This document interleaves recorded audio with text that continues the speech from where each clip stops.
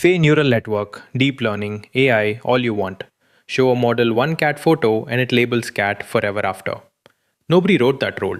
Plenty of people say those words and still could not tell you what changes inside the machine.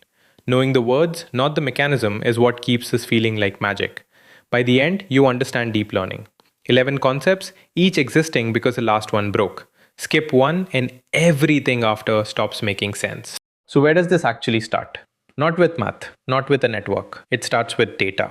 Just examples. Thousands of photos, each one already labeled cat or not cat by a human being who looked at it and said so.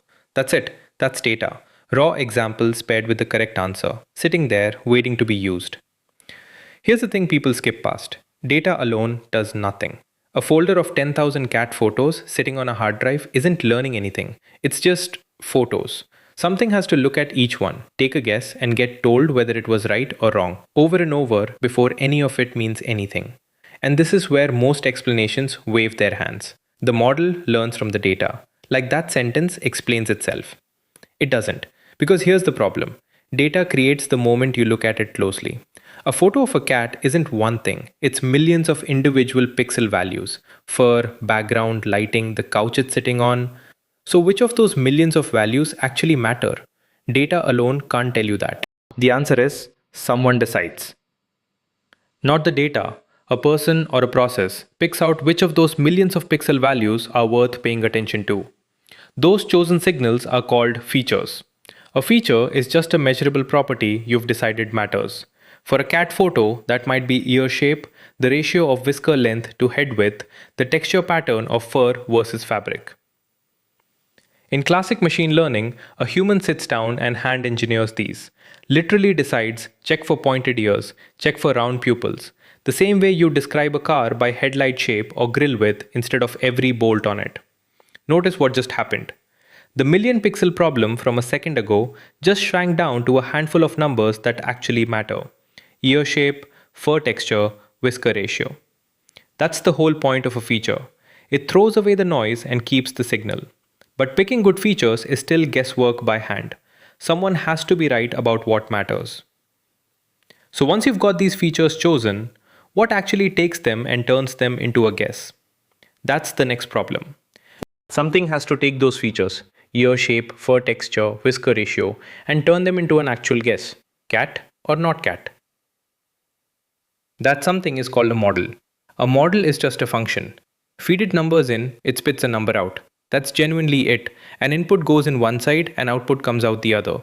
And in between is some fixed procedure deciding how one turns into the other. Right now, picture the simplest version. Your model takes those feature values and produces a single guess. Show it the cat photos features, it outputs something. Early on, that something is basically noise. It's guessing close to randomly because nothing inside it has been shaped yet. And that word procedure is doing a lot of work. A function isn't just one fixed calculation, it can be adjusted. It has internal dials, settings that control how strongly each feature pushes the output toward cat versus not cat. Right now, those dials are set to nothing in particular. Which raises the actual question this whole video is building toward. What are those dials exactly? And where do they even live inside the function? Those dials have a name: parameters. A parameter is just a number stored inside the model, a weight, that controls how much one feature counts toward the final guess. Turn up the ear shape weight and pointed ears push harder toward cat. Turn it down and ear shape barely matters at all. That's the whole mechanism. Not magic, not understanding, just numbers sitting inside the function, each one scaling how much a feature influences the output. A real image classifier doesn't have 3 or 4 of these, it has thousands, sometimes billions. One for every little scrap of influence a feature might have on the answer. Back to the cat photo. Right now, those parameters are set to something close to random. Nobody's touched them yet. So the model takes its features, runs them through those randomly set weights, and guesses. Sometimes it says cat, sometimes it doesn't. There's no reason to trust either answer because the dials haven't been shaped by anything real. Which is the actual crack this opens up. If the parameters start out wrong, and they do, how would the model ever know that? Nothing about a wrong guess announces itself. Something has to compare that guess to the truth and tell the model exactly how wrong it was. The model spits out cat with about 60% confidence. The real answer is not cat. Now what? You take the guess and you take the truth and you subtract one from the other. That difference, the size of the gap between what the model said and what was actually correct, is called loss. Loss is just a number. Low loss means the guess was close. High loss means it was way off. That number is the whole answer to what's been bugging you. The model doesn't know it's wrong in any felt sense. There's no ghost in here checking its work. Something outside it runs the comparison and hands back a single score for how bad this particular guess was. Back to the photo. Random weights, random guess, and the loss comes back high. Because it should. Nothing's been corrected yet, but here's what's different now. You've turned wrong into a number you can actually work with, one you could, in principle, make smaller, which is where this gets genuinely dangerous. Knowing the score doesn't shrink the score. You've got billions of these dials and one number telling you the whole system is off. So which dials move, which direction, and by how much? Here's the answer. For every single parameter, you work out one thing. If I nudge this dial up a little, does the loss get bigger or smaller? That direction, the one that shrinks the loss, is called the gradient. And gradient descent is just this. Nudge every dial slightly in the direction that reduces the error, then do it again, and again, and again. That's the whole trick, not the model figures out it's wrong. Nothing figures out anything. You're mechanically pushing billions of numbers downhill, one small step at a time, toward whatever setting makes the loss smaller than it was a second ago. Back to the cat photo. High loss, random weights. Gradient descent looks at that error and nudges the ear shape weight up a fraction, the fur texture weight down a fraction, whatever direction actually helps. One step. The guess barely moves. It's still probably wrong, but it's less wrong than it was. And that's the entire game, repeated over millions of steps, until the dials land somewhere that actually works. Which should worry you a little. If all you're doing is shrinking the error on the photos in front of you, what's stopping the model from just memorizing those exact photos instead of learning what a cat actually looks like? Nothing stops it. That's the answer. Shrink the error hard enough on the exact photos you've got, and the model doesn't learn cat. It learns those 1,000 cats, down to the couch and the lighting. Show it a new cat on a different background and it fails. That's called overfitting, memorizing the training examples instead of the pattern underneath them. It looks like success the whole time. Loss keeps dropping. Every check says it's working. Then you feed it a photo it's never seen and the wheels come off. And this traces straight back to features. A human-picked ear shape, fur texture. Good guesses, but guesses. So the real question, is there any way to stop handpicking features altogether and let the model find what actually matters on its own? Yes. There's a way to stop handpicking features, and it's called a neural network. A neural network is just layers of those parameter dials stacked one after another, where each layer's output feeds straight into the next layer's input.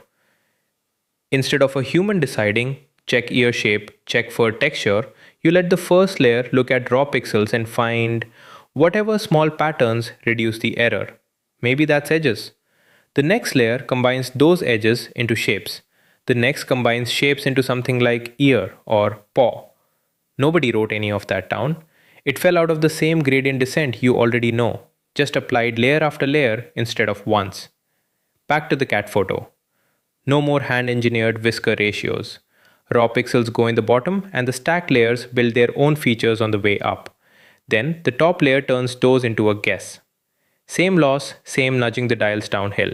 Just millions of dials now, spread across layers instead of a handful you picked yourself. Which sounds great until you picture where the error actually lands. The loss shows up at the very last layer. So how does that correction reach a weight buried 3, 10, 50 layers back deep inside the network? Here's the answer. The network runs the error backward through the layers, one at a time, starting at the top and working down.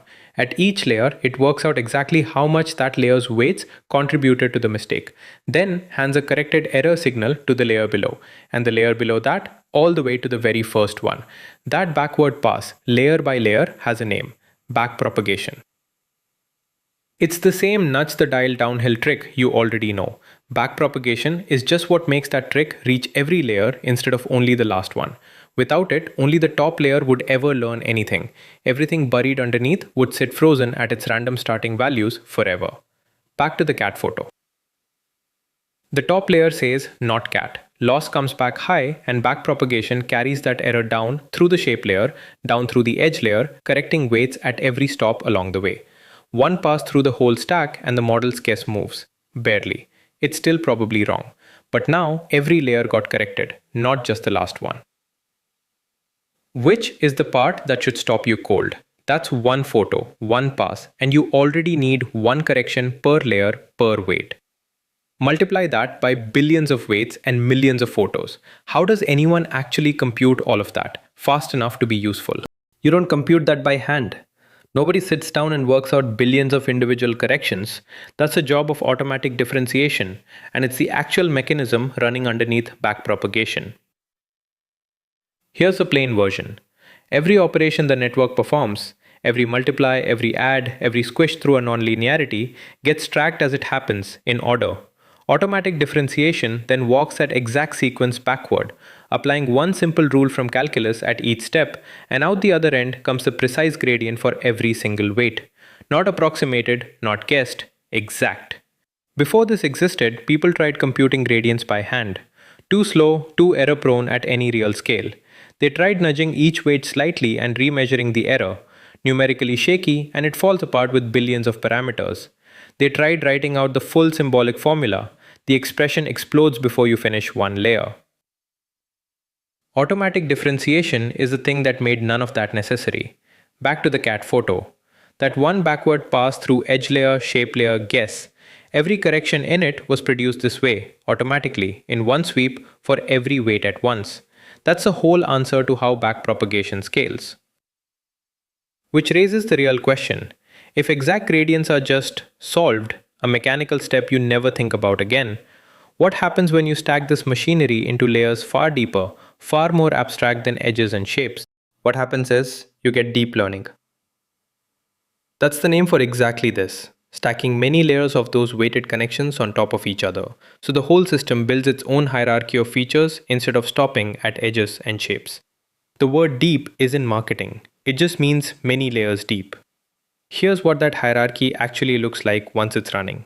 The first layer catches edges. The next combines edges into something like a curve or a corner. Layers after that combine curves into ear shapes, eye shapes, fur texture, and by the top layer, those pieces have assembled into cat. Nobody designed any single layer to do that job. Automatic differentiation computes the exact gradient for every weight. Backpropagation carries the correction down through all of them, and the hierarchy just falls out of that process, layer after layer on its own. Back to the photo. This is the pass where it finally converges. The deep stack has run enough of these backward corrections that the top layer's output stops wavering and settles on cat correctly, even on a photo it's never seen before. Which is exactly the crack this opens. A deep network is choosing its own features, correcting billions of weights layer by layer, and producing the right label. So where in any of that is the understanding? There isn't any. Every layer is still just weights, adjusted by a loop. Guess, measure the error, nudge the dials, repeat. That loop is the entire mechanism. Go watch that loss number actually drop in a notebook. Seeing it fall is the real lesson. Next up, how ChatGPT turns this into language. Subscribe so you don't miss it, and tell me in the comments what you want explained next.